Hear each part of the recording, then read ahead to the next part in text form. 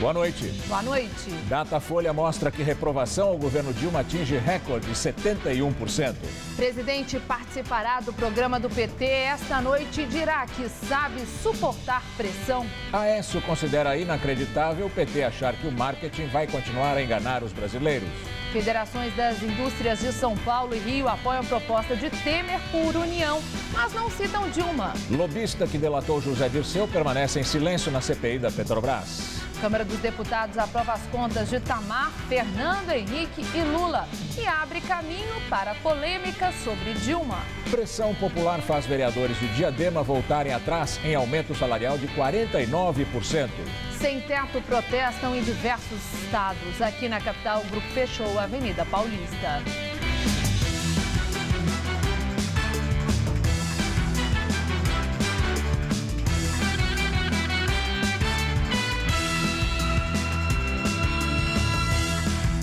Em Diadema, na Grande São Paulo, os vereadores aprovaram um aumento de 49% nos próprios salários. Isso aconteceu antes deles saírem de férias. Indignados, os moradores resolveram protestar. Para Felipe, comerciante antigo na cidade, foi como uma agressão. Um tapa na cara de todos nós que sofremos na atual conjuntura econômica, no nosso dia a dia, com a carestia, com a falta de emprego, com a renda caindo de todos nós, e nós vendo que eles estão navegando em mar aberto como se fossem seres diferenciados de outro planeta que não vivessem na nossa realidade nua e crua. Foi o último ato da Câmara antes das férias. O aumento de 49%, aprovado por unanimidade, fez o salário do vereador de Diadema saltar de 10 mil para mais de 15 mil reais a partir da próxima legislatura. Felipe, que não faz parte de entidade e não é filiado a partido algum, não se conformou. Começou uma campanha para espalhar a notícia. Mandou fazer cartazes e faixas de protesto. Pendurou na frente da loja dele e, com a autorização do padre, também no portão da igreja. Na hora de vender uma camisa, aproveitava para conquistar mais um nome no abaixo-assinado. Em pouco tempo, diz ele, os fregueses apareciam só para assinar a lista. E se o dia é de pouco movimento no balcão, Felipe vai para a calçada para distribuir os 50 mil panfletos que mandou fazer e pagou do próprio bolso. Nas redes sociais e de boca em boca, a indignação tomou conta da cidade. Aí só quer saber só pro lado deles. Eles aumentam o salário deles e o nosso. O nosso está lá embaixo. E só, tudo que é só para eles só. Na crise que a gente está vivendo hoje, só por milagre de Deus. Tudo caro, tudo aumenta e eles estão aí de boa. Uma manifestação aqui em frente à Câmara foi marcada para hoje, o primeiro dia de trabalho depois do recesso. Mas os vereadores não arriscaram esperar. Sem alarde, numa sessão extra que aconteceu antes de ontem, eles decidiram voltar atrás e revogaram a lei que aumentava os salários. O presidente da Câmara de Diadema ainda defende a necessidade do aumento, mas admite que a pressão popular fez a casa desistir da ideia, pelo menos por enquanto. Porque não estava fazendo nada ilegal. Simplesmente uma lei que há necessidade de ser feita. Um dia ela vai ter que ser feita. O povo pediu e a voz do povo é a voz de Deus. Você tem que ouvir. Ouve o clamor, voltamos atrás. Tanto que eu acho que hoje eles vão até nos parabenizar por ter atendido o pedido deles. Eu espero isso. Seria uma hombridade da parte deles. O comerciante diz que não pretende agradecer. Em vez disso, promete continuar na cobrança. Vai ficar de olho? Com certeza. De olho bem aberto. Pesquisa Datafolha mostra que desaprovação do governo Dilma é a maior desde Collor. No levantamento anterior de 20 de junho, o Datafolha indicou que os eleitores avaliaram o governo Dilma de ótimo bom em 10%. Agora, este número caiu e está em 8%. Regular eram 24% e agora 20%. Ruim ou péssimo eram 65%. E no levantamento divulgado hoje está em 71%. Não sabe se manteve em 1% nas duas pesquisas. A atual taxa de reprovação da presidente Dilma é a pior da história da pesquisa, superando os 68% de ruim e péssimo registrados pelo ex-presidente Fernando Collor de Mello. Em setembro de 1992, às vésperas de sofrer um processo de impeachment. E também aumentou a quantidade de pessoas que acreditam que Dilma será tirada do cargo. Na pesquisa de abril, 63% se diziam a favor da abertura de processo de impeachment. Hoje, esse número subiu para 66%, contra 33%, agora são 28%. Não sabiam, eram 4%, hoje são 5%. O levantamento foi realizado entre terça-feira e ontem em 201 municípios. Foram ouvidas 3.358 pessoas. A margem de erro é de 2 pontos percentuais. O vice-presidente Michel Temer falou sobre o resultado da pesquisa Datafolha. Temer minimizou a pesquisa e disse que Dilma terá apoio extraordinário. A pesquisa de hoje não será a pesquisa de amanhã. Tenho absoluta convicção e em breve tempo essa pesquisa se reverterá. O presidente da Câmara dos Deputados, Eduardo Cunha, disse que o governo Dilma precisa recomeçar do zero. E no programa do PT, que será exibido logo mais na TV, a presidente Dilma dirá que sabe suportar pressão. É a primeira vez neste ano que Dilma aparece no programa partidário do PT. Quem pensa que nos falta energia e ideias para vencer os problemas está enganado. Sei suportar pressões e até injustiças. Eu tenho o ouvido e o coração neste novo Brasil que não se acomoda, que não se satisfaz com pouco. Dilma também vai falar de economia. Segundo ela, o país está num ano de travessia, mas volta a crescer com todo o potencial. O programa vai ter ainda a participação do ex-presidente Lula. Ele admite a gravidade da crise. Eu sei que a situação não está fácil e que a crise já chegou nas nossas casas. Também sei que essa não é a primeira crise que enfrentamos. Nosso pior momento ainda é melhor para o trabalhador do que o melhor momento dos governos passados. O programa do PT ainda vai ironizar os panelaços que marcaram as recentes inserções do partido e da presidente Dilma na televisão. Com as panelas, vamos continuar fazendo o que a gente mais sabe: enchê-las de comida e de esperança. Esse é o panelaço que gostamos de fazer. O PSDB divulgou 2 vídeos que vão ser exibidos esta noite também em rede nacional. O partido relembra discursos da presidente Dilma Rousseff na campanha do ano passado e afirma que ela mentiu para se reeleger. Posso garantir a vocês que a inflação continuará rigorosamente sob controle. Mas nós sabemos que isso não aconteceu. Acabo de assinar o ato que coloca em vigor, a partir de amanhã, uma forte redução na conta de luz de todos os brasileiros. Mas nós sabemos que isso não aconteceu. Os vídeos também apoiam os protestos de rua, marcados para o próximo dia 16. O presidente do PSDB, o senador Aécio Neves, criticou o vídeo produzido pelo PT. O programa do PT, já divulgado nas redes e que irá ao ar hoje à noite, zomba da inteligência dos brasileiros. O programa de 10 minutos do PT não foi capaz, seja pela voz do seu presidente nacional, seja pela voz do ex-presidente da República ou da própria presidente, de dizer uma palavra sequer em relação ao que vem acontecendo no país na Operação Lava Jato, sobre a prisão do tesoureiro do partido, sobre o fato da maior liderança do partido, do ponto de vista da sua organização, o ex-ministro Zé Dirceu, estar preso. Vamos agora ao comentário de Josias de Souza, direto de Brasília. A política brasileira virou um angu sem graça. A propaganda que o PT serve em rede nacional é um exemplo disso. Tem muito fubá e pouca carne. Fora da propaganda do PT, a plateia assiste nos telejornais a roubalheira da Lava Jato. Mas sobre isso, o PT não tem nada a dizer.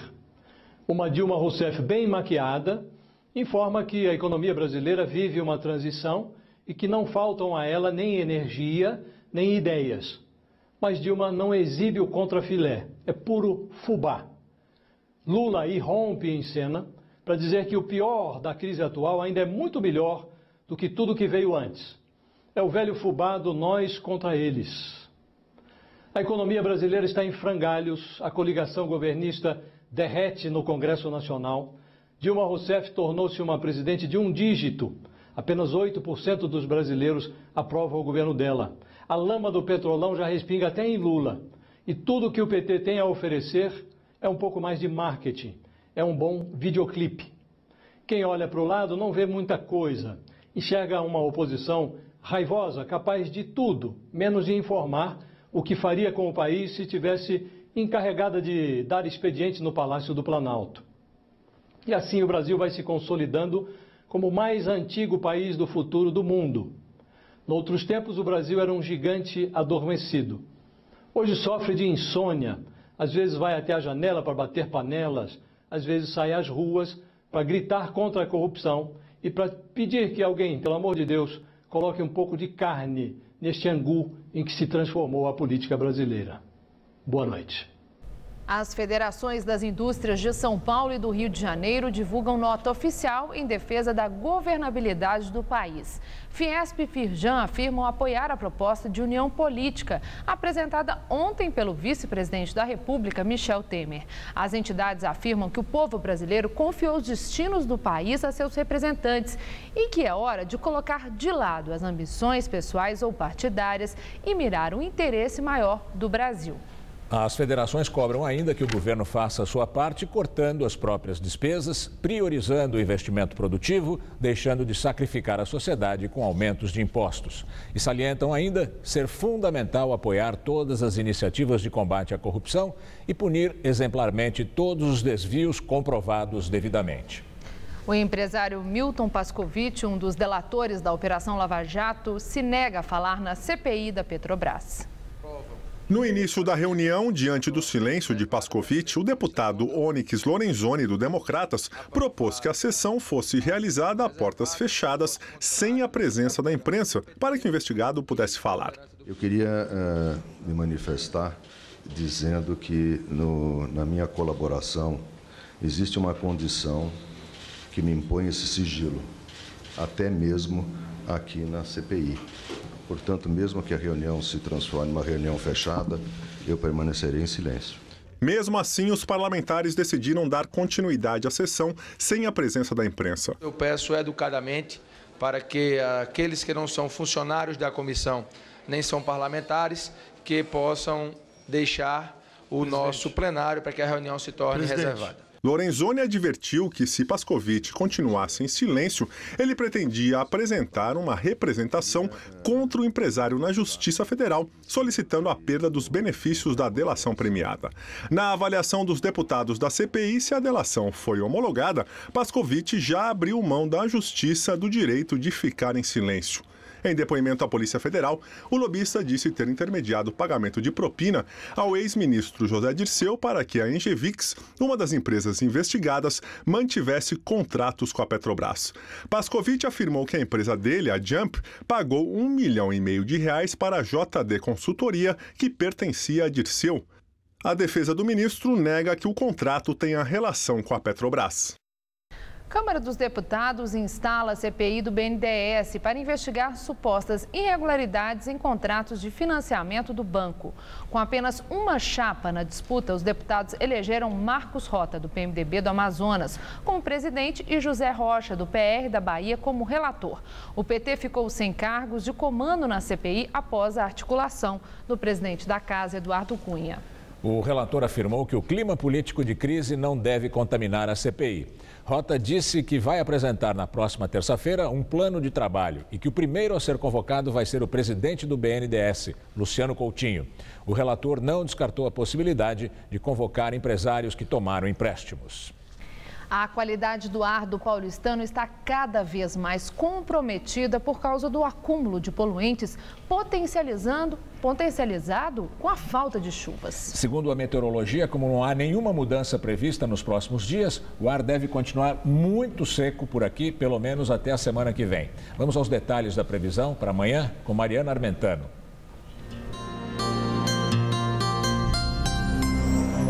O grande destaque da previsão do tempo continua sendo a imensa massa de ar seco que toma conta do Brasil. Só há previsão de chuva, mesmo assim pancadas rápidas e localizadas nos extremos do país. Na faixa norte, na costa leste nordestina e no extremo sul gaúcho. Nas outras áreas, o tempo continua bastante quente, ensolarado e seco.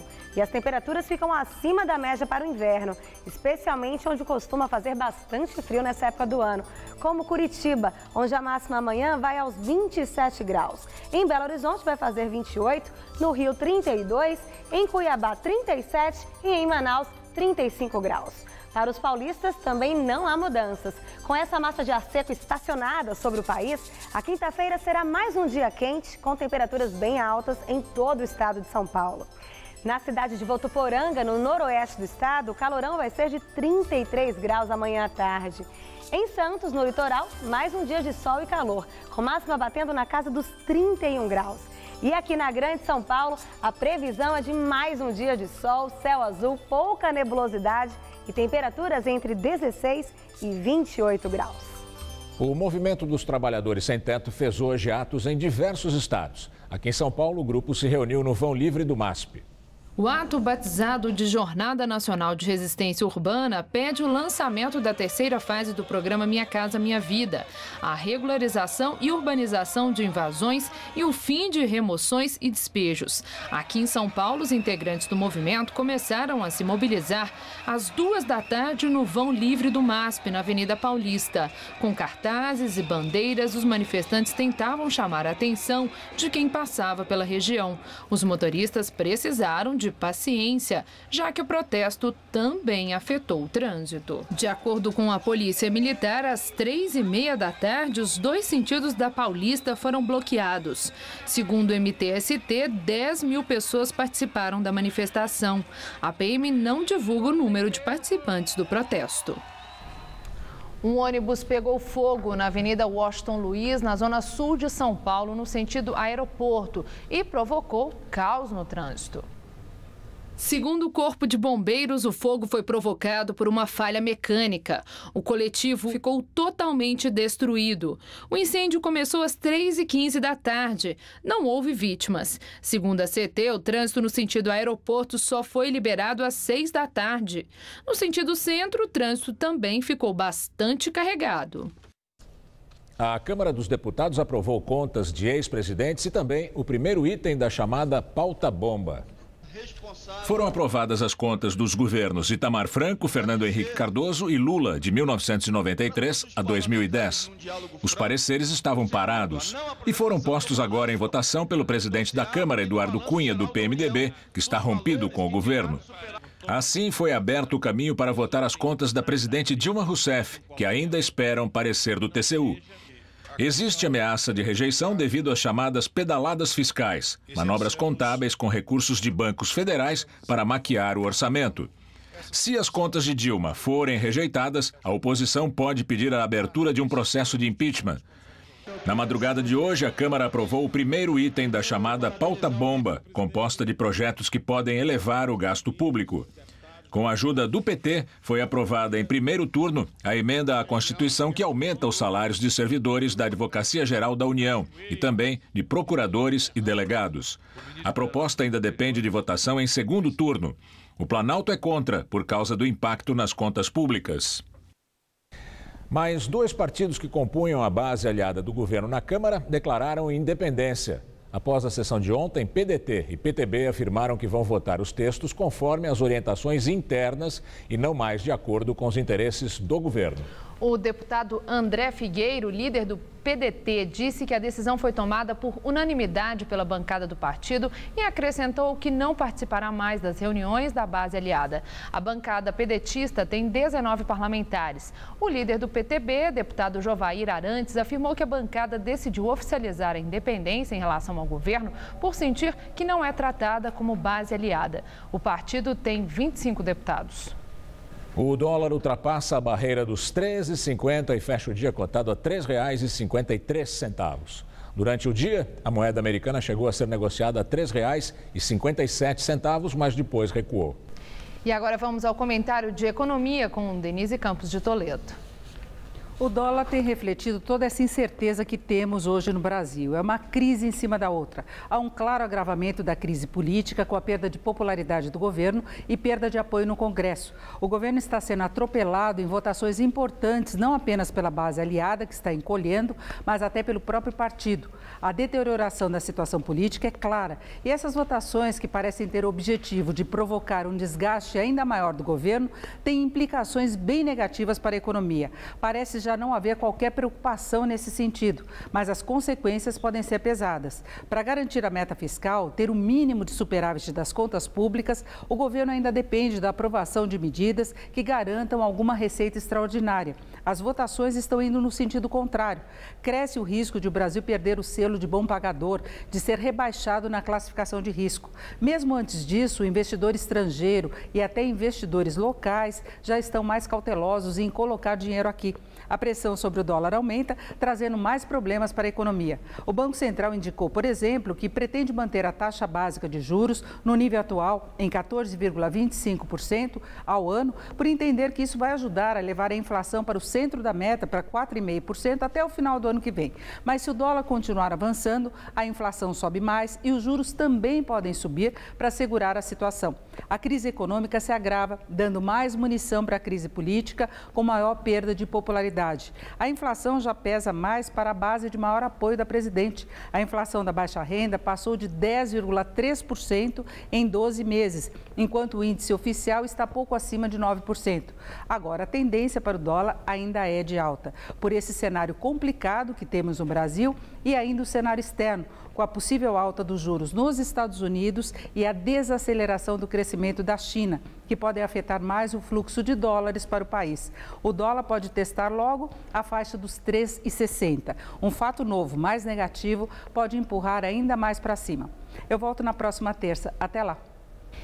Em julho, a cesta básica de alimentos ficou mais barata em 11 das 18 capitais pesquisadas pelo DIEESE. A maior queda foi em Belém, 4,8%. Em São Paulo, o preço da cesta de alimentos subiu 0,8%. E a mais cara do Brasil custa R$ 395,83.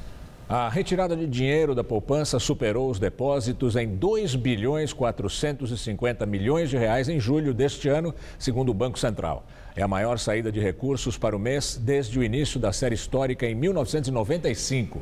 No acumulado dos 7 primeiros meses do ano, a saída de recursos da poupança somou 40,990 bilhões de reais. Também o maior valor da série histórica para este período. Em São Paulo, a 6ª edição da Expo Proteção, a Feira Internacional de Saúde e Segurança do Trabalho, oferece, além de novidades do setor, eventos técnicos abertos ao público para a qualificação de trabalhadores nas áreas de prevenção de acidentes e doenças. Ele era experiente, ainda assim sofreu o acidente. Foi em um poste com fios de alta tensão que Peralta perdeu os 2 braços. Eu cheguei para trocar um transformador de uma chácara, ali eu coloquei a escada, coloquei o meu cinto, subi e fiquei. E ali eu levei essa descarga de 13.800 volts. Ele tinha um equipamento de proteção, mas não usou. Eu achava besteira, eu achava que eu tinha que agradar mais o cliente, que eu tinha que fazer mais o meu serviço mais rápido do que preocupar com a minha vida, com a minha segurança. Assim como aconteceu com o Peralta, pelo menos outros 700 mil brasileiros passam por situação semelhante de acidentes de trabalho por ano no Brasil. Parece muito, só que a realidade é bem pior. De acordo com o levantamento feito pelo IBGE, esse número é quase 7 vezes maior do que as estatísticas oficiais da Previdência Social. Nós chegamos a ter em 2013 quase 5 milhões de acidentes de trabalho no país. Essa feira aqui em São Paulo mostra que se eles acontecem, não é por falta de tecnologia e solução. Equipamentos para todo tipo de situação não faltam. Há também treinamento para as mais variadas funções. Entre as novidades, nanotecnologia nas roupas. Esse tecido tem proteção especial que reduz a temperatura em até 10 graus. Bom para quem trabalha exposto ao sol, como os garis. É uma tecnologia onde se refaz o tingimento com propriedades que fazem a refletância da energia. Há também roupa que repele agentes químicos, outra que protege de mosquitos e tecido que retarda o contato do fogo com a pele. E não tem desculpa, não. Olha esse caminhão, por exemplo, super equipado que leva para qualquer lugar do Brasil treinamentos como brigada de incêndio. O organizador da feira explica que o motivo de tanto acidente ainda é uma questão cultural, de entender proteção como custo e não investimento. A empresa perde com uma parada, com um acidente, uma paralisação do processo de trabalho. Ela perde a competitividade porque a equipe se desmotiva, porque um acidentado gera um problema psicológico para um grupo de trabalho. Ela perde também com as indenizações, com a reparação daquele trabalhador. Eu tenho que retreinar alguém para substituir aquele trabalhador. Ah, e o Peralta tem uma conclusão para tudo isso. Quando você acordar logo cedo, você sair de carro, coloca o teu cinto. Se você estiver no banco de trás, piorou, coloca o teu cinto também. Se você estiver de moto, coloca o seu capacete. É a sua vida que está em jogo. Se eu tivesse gastado um minutinho a mais, um segundinho a mais da minha vida, hoje eu não estaria aqui dando essa entrevista para você. A Expo Proteção vai até amanhã no pavilhão verde do Expo Center Norte, da 1 da tarde às 9 da noite. A entrada é de graça. As inscrições para as atividades devem ser feitas na própria feira. Concurso na Zona Leste de São Paulo escolhe o Mister Terceira Idade. Na 12ª edição, 59 idosos se inscreveram para disputar o título. O seu José entrou por acaso no concurso de Mister Terceira Idade. Ele ligou para se informar com a organização do evento e, quando viu, já estava se inscrevendo. Isso sem contar nada para a esposa, que só ficou sabendo quando ele foi selecionado. Ela ainda falou, mas agora até não sei o quê, depois de velho e tal. Eu falei, eu posso ser, até você achar que souber, né? Eu tenho um espírito jovem. Esse não foi o único segredo. Hoje, dia da final do Mister Terceira Idade, é aniversário da Dona Tereza, a esposa do seu José. Ela acha que o único presente que ele pode dar é a faixa de vencedor. Hoje vai ser a maior festa. Nossa, hoje vai ter bolinho. Ontem eu já fiz bolo, fiz pudim. Agora as filhas vão hoje, vai se reunir todo mundo lá e vai fazer, entendeu, uma surpresa para ela. A 12ª edição do concurso, que escolhe o idoso mais bonito do estado de São Paulo, teve 59 inscritos. 25 deles foram selecionados para a grande final. São homens de 62 a 94 anos que desfilaram no Instituto Paulista de Geriatria e Gerontologia, o IPGG. Na hora de entrar no salão, esses 25 finalistas, todos super elegantes, ganham uma vitalidade de fazer inveja a qualquer faixa etária. Estou com 94 anos, fazem 4 anos que eu participo, né? O seu Abel até trouxe torcida. Veio aqui prestigiar. Sim, prestigiar eles, sim. Sempre a gente torce, do qual a gente vem assistir, não é mesmo? Mas para conquistar a faixa, tem que vencer em uma série de quesitos. A nota maior tem que ser para aquele que a gente acha que ele tem tudo mesmo, é beleza, elegância, simpatia, tem tudo, né? Aí vai ser o Mister Terceira Idade. Durante o ensaio, a plateia cochichava na expectativa de quem seria o vencedor. Mas para os candidatos, o mais importante não é ganhar. Ainda não ganhei, mas eu não almejo ganhar, eu gosto de participar, né? É gostoso, a gente adquirir novos amigos. Nós estamos completando 12 anos desse evento e espero que ele dure muito mais, porque assim a gente faz com que o idoso passe a se preocupar com a sua aparência, com a sua estética. É um envelhecimento saudável. E o concurso acabou agora há pouco. O vencedor foi Áureo do Nascimento, de 63 anos. Ele vai representar a cidade em eventos durante um ano. E José Antônio da Silva, que apareceu no começo da reportagem, venceu como Mister Simpatia.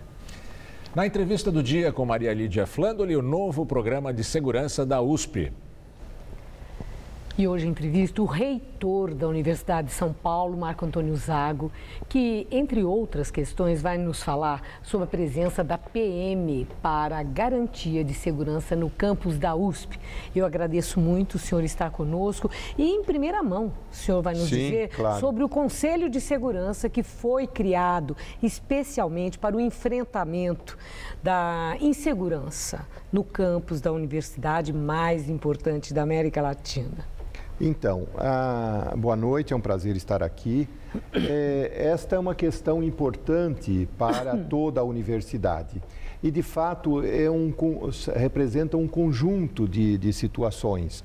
Nós tínhamos alguns aspectos relativos, por exemplo, aos direitos humanos, ao respeito dos direitos humanos na universidade, e a universidade tem que ser exemplar nisto. Não é? Havia questões relativas ao desrespeito às mulheres, e, novamente, aqui a Universidade de São Paulo precisa ser exemplar, ter programas para isto, de tal maneira que nós tomamos uma série de medidas para que a Universidade de São Paulo se atualizasse nestas questões. Então, agora nós temos uma comissão de direitos humanos na universidade, que é presidida pelo ex-ministro José Gregori e que é composta por membros da universidade, por pessoas externas. E esse conselho, professor, de segurança? De segurança, ele deve incluir... Ele está em Constituição, ele deve incluir servidores da universidade, deve incluir professores, estudantes e representantes da Comissão de Direitos Humanos. Por isso que eu falava dela. Eu achei muito interessante quando hoje tomei conhecimento da criação do Conselho, porque eu conversei com algumas pessoas das entidades estudantis, dos diretórios, e o que me disseram é que não há um consenso sobre a presença da PM no campus. Existe, assim, uma restrição, um temor. Muita gente acha que a polícia é repressora, já sentiram isso na pele, tem medo da repressão a manifestações políticas, de cunho social, coisa que é muito típico da vida universitária. E aí eu quero ouvir o senhor me falando de um conselho que é composto pela comunidade universitária com representantes, então é uma abertura para interlocução para que se chegue a um consenso de como deva ser esse novo policiamento da USP.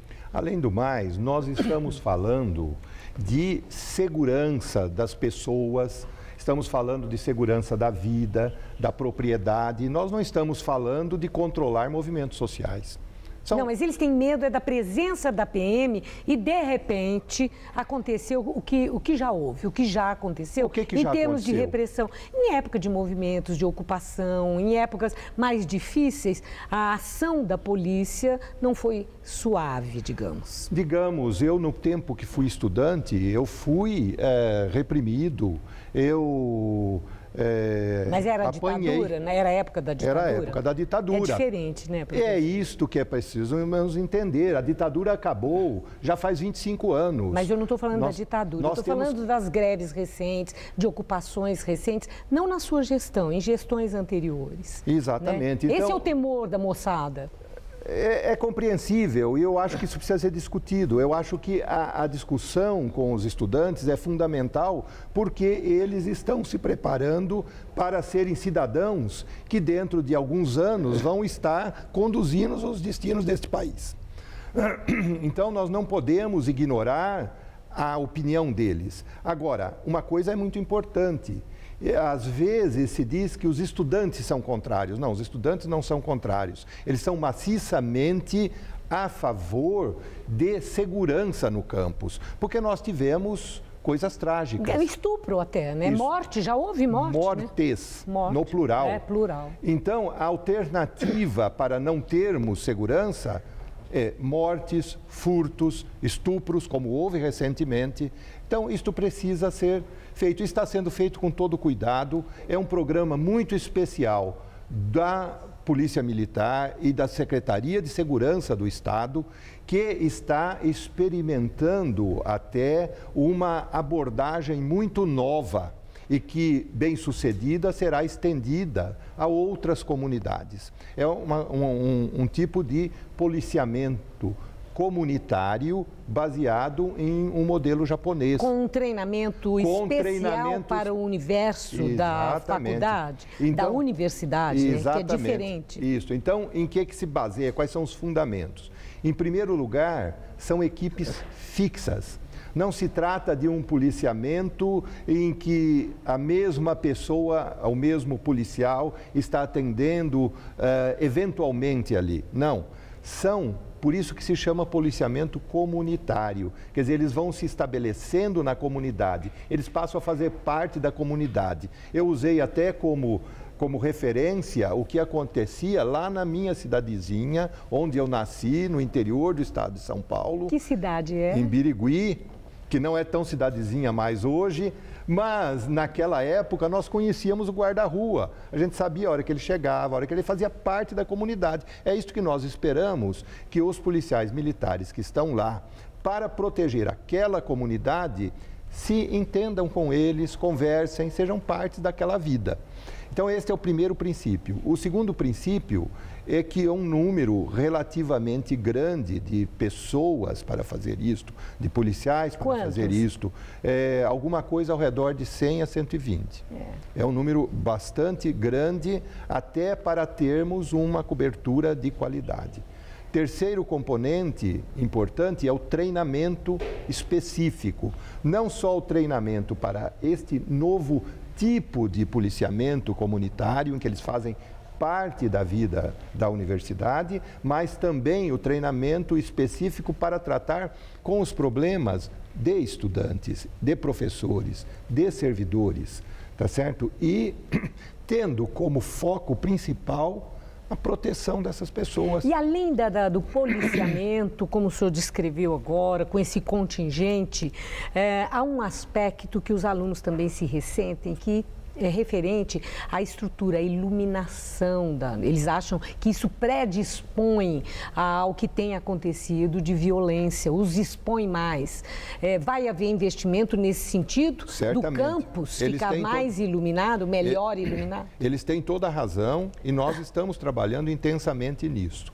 Já na última gestão, houve uma troca do tipo de iluminação da cidade universitária, mas nesses tempos nós descobrimos uma outra coisa muito simples, é que aquele campus é extremamente arborizado e a árvore cresce e obscurece a iluminação. Então, a gente investe uma quantidade bastante apreciável de recursos na iluminação, mas precisamos também nos acertar com a Secretaria do Verde, etc., para termos um programa permanente de poda de árvores, de limpeza, para evitar que se criem locais obscuros onde os crimes podem acontecer. Com a garantia da preservação daquele verde, que é fenomenal. Sim, claro, é fundamental, é muito... aliás, uma mancha verde, sem qualquer referência a algum time de futebol, mas é uma mancha verde na cidade de São Paulo. A última questão, encerrando nesse nosso pouco tempo que dispomos, é o seguinte... Tão pouco. Mas porque tem tanta coisa a falar. Ontem o vice-presidente Michel Temer reconheceu publicamente a questão da crise e a gravidade. E diz que alguém precisa unificar esse país para a superação da crise. No seu entender, reitor da USP, o senhor enxerga no cenário brasileiro quem possa ser esse alguém? Eu não me sentiria à vontade para nomear uma pessoa.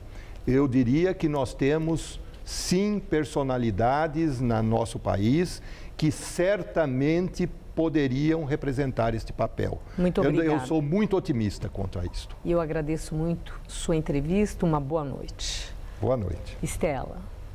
A primeira delegacia da mulher, inaugurada em São Paulo, completou 30 anos. Atualmente, são mais de 130 espalhadas por todo o estado.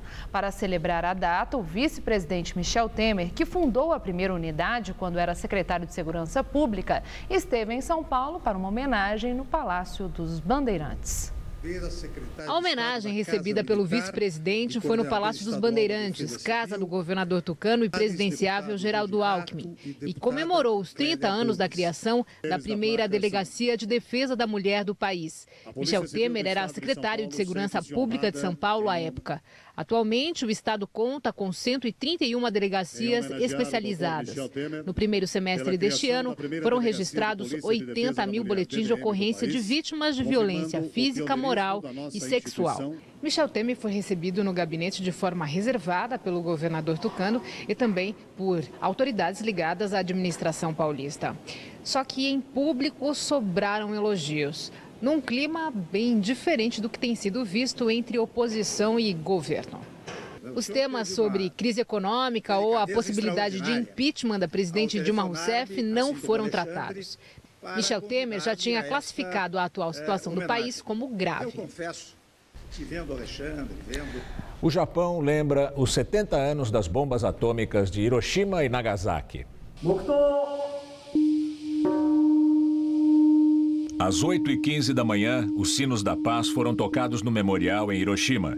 As cabeças se inclinaram em oração silenciosa. Nesse mesmo horário, em 6 de agosto de 1945, os americanos lançaram a primeira bomba atômica da história sobre a cidade de Hiroshima. 140 mil pessoas morreram na explosão e pelos efeitos da radiação. 3 dias depois, 9 de agosto, a segunda bomba atômica foi jogada sobre Nagasaki e matou mais 74 mil pessoas. O Japão se rendeu e a Segunda Guerra terminou. Cerca de 50 mil pessoas compareceram à cerimônia no Parque do Memorial da Paz, incluindo a embaixadora americana no Japão e representantes de cerca de 100 países. O prefeito de Hiroshima, Kazumi Matsui, e o primeiro-ministro Shinzo Abe pediram o fim das armas nucleares. E agora vamos ao comentário de política internacional com o João Batista Natali. Como vocês acabaram de ver, hoje é um dia muito triste para a humanidade. Há 70 anos, os Estados Unidos jogaram a primeira bomba atômica. Foi na cidade japonesa de Hiroshima. Era uma novidade dolorosa da tecnologia de guerra. Morreram entre 140 mil e 250 mil civis. Uma segunda bomba seria lançada 3 dias depois sobre Nagasaki. Terminava a Guerra do Pacífico e com ela a Segunda Guerra Mundial. A bomba de Hiroshima foi uma demonstração de força do governo americano e que poderia ter sido evitada. Historiadores afirmam que os japoneses já estavam negociando a rendição, mas prevaleceu a versão do Pentágono de que a bomba impediu a invasão da principal ilha do Japão, o que provocaria combates com armas convencionais e mais de 1 milhão de mortos. A bomba foi lançada por um quadrimotor Boeing B-29 às 8h10 da manhã. Era um dia quente e ensolarado no Japão. Mas os Estados Unidos tinham uma segunda intenção. Queriam dar um recado à Rússia, que se tornaria a potência rival durante a Guerra Fria. Diziam naqueles tempos que se a Terceira Guerra Mundial fosse nuclear, a Quarta Guerra seria disputada com estilingues e tacapes. A humanidade seria destruída e renasceria na Idade da Pedra. Existem hoje 192 países e só um punhado possui a bomba atômica. São apenas 9. Existem as 5 potências tradicionais, que são a China, a França, a Rússia, o Reino Unido e os Estados Unidos. A Índia, o Paquistão e a Coreia do Norte também têm a bomba. Israel também, mas nunca confessou isso publicamente.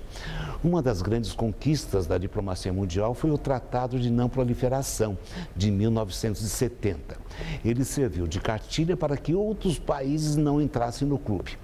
E vejam vocês que o Brasil e a Argentina também já pensaram em construir a bomba atômica. Ainda bem que desistiram há coisa de 30 anos. E era só o que faltava, termos uma corrida nuclear na América Latina.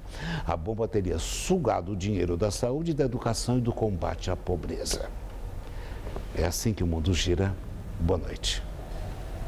Para se ter uma ideia do que é uma explosão atômica, pense no seguinte: se uma bomba atômica com a mesma potência dessa de Hiroshima fosse jogada na Praça da Sé, no centro da cidade de São Paulo, hoje morreriam mais de 150 mil pessoas quase instantaneamente. Num raio de 400 metros, praticamente todos os prédios seriam derrubados e ninguém sobreviveria ao impacto. A mais de 1 quilômetro de distância, a radiação atômica mataria 90% das pessoas. Numa área de quase 9 quilômetros quadrados, praticamente nenhuma construção residencial ficaria de pé e milhares de pessoas morreriam.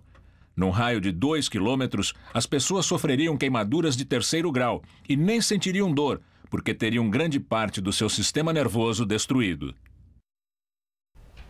A bomba que os Estados Unidos jogaram em Hiroshima, comparada às bombas que existem hoje, é um estalinho, segundo os físicos nucleares. Uma bomba de hidrogênio, por exemplo, tem hoje a potência de 50 milhões de toneladas de dinamite. Petrobras divulga balanço dos resultados do segundo trimestre deste ano. De abril a junho, a companhia teve lucro líquido de 531 milhões de reais. Apesar de positivo, o resultado é 90% menor que o registrado no mesmo período do ano passado, quando a empresa lucrou quase 5 bilhões de reais. E você vai ver a seguir, mais de 200 imigrantes podem ter morrido afogados no naufrágio de ontem no Mediterrâneo. E a greve dos funcionários do metrô de Londres. A paralisação de 24 horas afetou a vida de milhares de cidadãos. Valeu a pena esperar. As mais de 500 concessionárias Chevrolet se reuniram, negociaram preços e prazos e criaram a melhor oportunidade do ano para você trocar de carro. Essa você não pode perder. Onix, o carro com o melhor valor de revenda a partir de R$ 35.990, com taxa zero em 36 vezes. Prisma, o sedã compacto preferido dos brasileiros a partir de R$ 42.990, também com taxa zero em 36 vezes. Mas corre, que é por pouco tempo. Martelo. Martelo. Alicate. Alicate. Onde é que tá? Tá aí na tampa organizadora. Broca. Broca. Eita, tem isso aqui. Claro, cabe 40 quilos. Chave de fenda. Ah, não. Perdemos? Pessoal, a campanha tá funcionando.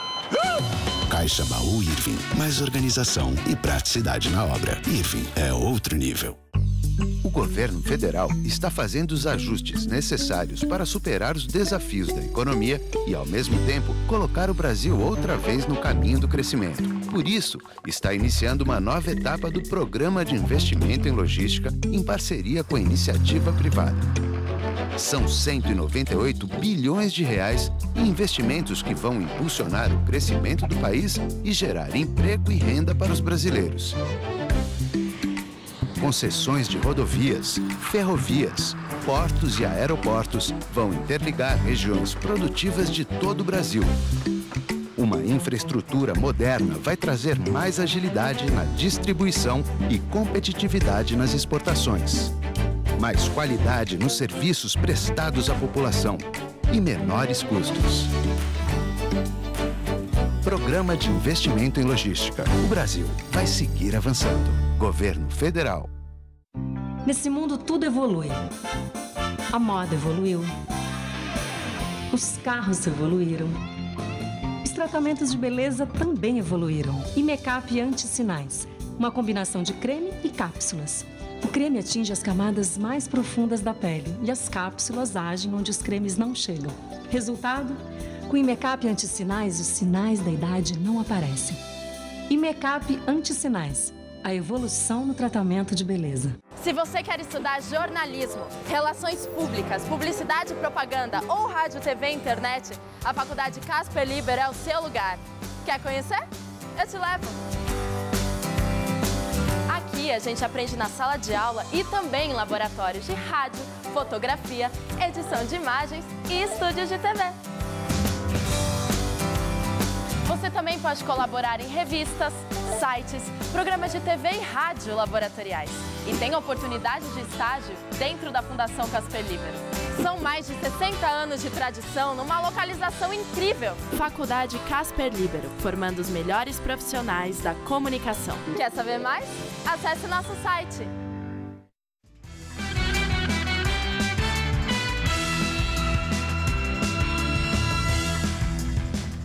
Vamos agora às notícias do esporte com Estela Gontijo e Celso Cardoso. Deu River Plate na final da Libertadores. O time argentino conquistou o título pela terceira vez na história. Pois é, Estela, e com surpreendente facilidade. O jogo não foi daqueles jogos memoráveis, apesar de se tratar de uma decisão de torneio continental. Sobrou briga pela bola e faltou qualidade. Mas o que vale mesmo é que a bola na rede e o River conquistou seu terceiro título de Libertadores com goleada sobre o Tigres. No Monumental de Núñez, o River Plate recebeu o Tigres pela grande final da Taça Libertadores da América. Aos 44 minutos de jogo, Vangione cruzou da esquerda e Alário, de cabeça, fez o primeiro dos donos da casa. Na etapa complementar, Carlos Sanches invadiu a área e foi derrubado por Aquino. Pênalti para o River. O próprio Sanches foi para a cobrança e aumentou a vantagem da equipe argentina. Aos 33 do segundo tempo, Funes Mori aproveitou o escanteio da direita e testou firme para dar números finais ao duelo. River Plate campeão da Libertadores 3, Tigres 0. Festa bonita do River Plate, que mereceu o título, né, Celso? Mereceu pela decisão. Campanha por campanha, o Tigres fez melhor. Campanha, o River classificou na Bacia das Almas, graças a uma ajuda do Tigres, que com o time em reserva ganhou na última rodada e classificou o River. Ou seja, criou uma cobra para picá-lo depois. Mas o Tigres realmente decepcionou. Foi um time que fez uma boa campanha, aparentemente tinha melhor time, mas não conseguiu jogar bem nas 2 partidas contra o River. Nem lá no México e muito menos em Buenos Aires. Primeiro tempo até que foi razoável, tal. Rafael Sobis, brasileiro que joga do Tigres, também uma decepção. E no fim de semana tem Clássico Paulista no Campeonato Brasileiro. A rivalidade entre São Paulo e Corinthians estará em prova no Morumbi. Do lado corintiano, a boa campanha mantém a confiança do time em alta. Nossa equipe vem demonstrando uma capacidade enorme dentro de campo, conseguindo as vitórias. A gente conseguiu encostar ali no líder do campeonato, mas acho que esse jogo do São Paulo é um jogo fundamental, porque eu acho que isso aí pode dar confiança, quebra também essa sequência de não vitórias em clássicos e para tirar esse peso também, né? Do lado São Paulino, jogar em casa, no Morumbi, é um trunfo. Trunfo importante, eu diria. Hoje o argentino Centurión conversou com jornalistas e, claro, o clássico foi o assunto do dia no centro de treinamentos do São Paulo. A imprensa não teve acesso ao treino do tricolor. Do jogo, treino com a Portuguesa, imagens apenas da fila de carros e do ônibus do time do Canindé. O São Paulo venceu a atividade por 2-1. Com gols na segunda etapa do zagueiro Lianco e do volante João Schmidt. Segundo a assessoria de imprensa, a atividade serviu para o técnico Juan Carlos Osório observar melhor alguns atletas, como o zagueiro Luiz Eduardo, que aliás tem boa chance de estrear com a camisa do São Paulo. Outro jogador com boas chances de atuar contra o Corinthians é Centurión. Ele atuou na melhor partida do ano no time no Morumbi, curiosamente contra o mesmo rival. Centurión poderá ter um companheiro de idioma no ataque, o colombiano Wilder. Para o argentino, conversar em espanhol pode até confundir a defesa adversária. Celso, qual que é a expectativa aí para esse clássico? Bom, o Corinthians deve ter um problema com o Renato Augusto, que é dúvida para a partida, e o Renato Augusto tem sido um dos melhores jogadores corintianos. Por outro lado, o melhor jogador de São Paulo, que é o Alexandre Pato, não pode jogar por força de contrato. Portanto, há um equilíbrio muito grande, mas levando em consideração a filosofia, a maneira de armar, né, os times, tanto o Tite como o Juan Carlos Osório, eu acredito num leve favoritismo do Corinthians, porque é um time mais bem preparado, faz melhor campanha, tem uma defesa muito sólida. Agora, o São Paulo também tem uma presença ofensiva muito positiva. Vai ser um belo jogo, essa é a expectativa. Acho que vai dar Corinthians. Também acho. Muito obrigada, Celso. Boa noite. Boa noite. Até amanhã. É com você, Gamberini. Mais de 200 imigrantes podem ter morrido afogados no mais recente naufrágio no Mediterrâneo. O navio da Marinha Irlandesa chegou ao porto siciliano de Palermo com quase 400 imigrantes. Eles estavam no barco de pesca que virou ontem no mar Mediterrâneo. Não se sabe ao certo quantas pessoas estavam na embarcação. Seriam perto de 700. O barco de pesca virou quando o navio irlandês se aproximava para o resgate. Na tentativa de passar para os botes salva-vidas, os imigrantes teriam se amontoado no mesmo lado, o que provocou o desequilíbrio e a virada. Navios das marinhas italiana e irlandesa e dos Médicos Sem Fronteiras recuperaram 25 corpos e as buscas continuam. Estima-se que 2.000 pessoas já morreram este ano ao tentar chegar à Europa pelo Mediterrâneo. Cidade de Londres passa pela segunda greve dos funcionários do metrô em menos de um mês. Os londrinos sofreram para chegar ao trabalho. Os funcionários do metrô fizeram greve de 24 horas, porque não querem o novo serviço noturno nos fins de semana, previsto para começar em setembro. As estações amanheceram fechadas e o jeito foi andar muito, ou enfrentar filas para pegar os ônibus lotados. A prefeitura colocou nas ruas 250 ônibus além da frota normal. As bicicletas de aluguel foram outra opção para chegar ao trabalho. O metrô de Londres transporta 4 milhões de pessoas por dia em 400 quilômetros de vias.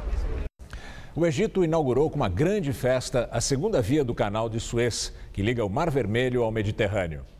Um desfile naval deu início à cerimônia dirigida pelo presidente Abdel Fattah al-Sisi, o ex-chefe do exército que derrubou o presidente Mohamed Morsi há 2 anos. O presidente francês François Hollande foi o convidado de honra. A obra gigantesca foi completada em apenas 1 ano e faz parte dos planos para reavivar a economia egípcia e melhorar a imagem do país. O Canal de Suez foi inaugurado em 1869. O novo trecho tem 35 quilômetros e corre paralelo à via original.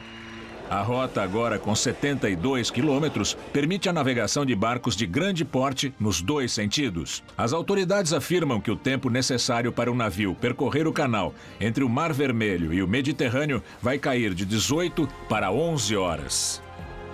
E o Jornal da Gazeta fica por aqui. A edição de hoje pode ser vista no site do Jornal da Gazeta. Mais notícias em nossa edição das 10. Uma excelente noite. Obrigada pela companhia. Nós voltamos amanhã às 7 da noite. Até lá. Boa noite.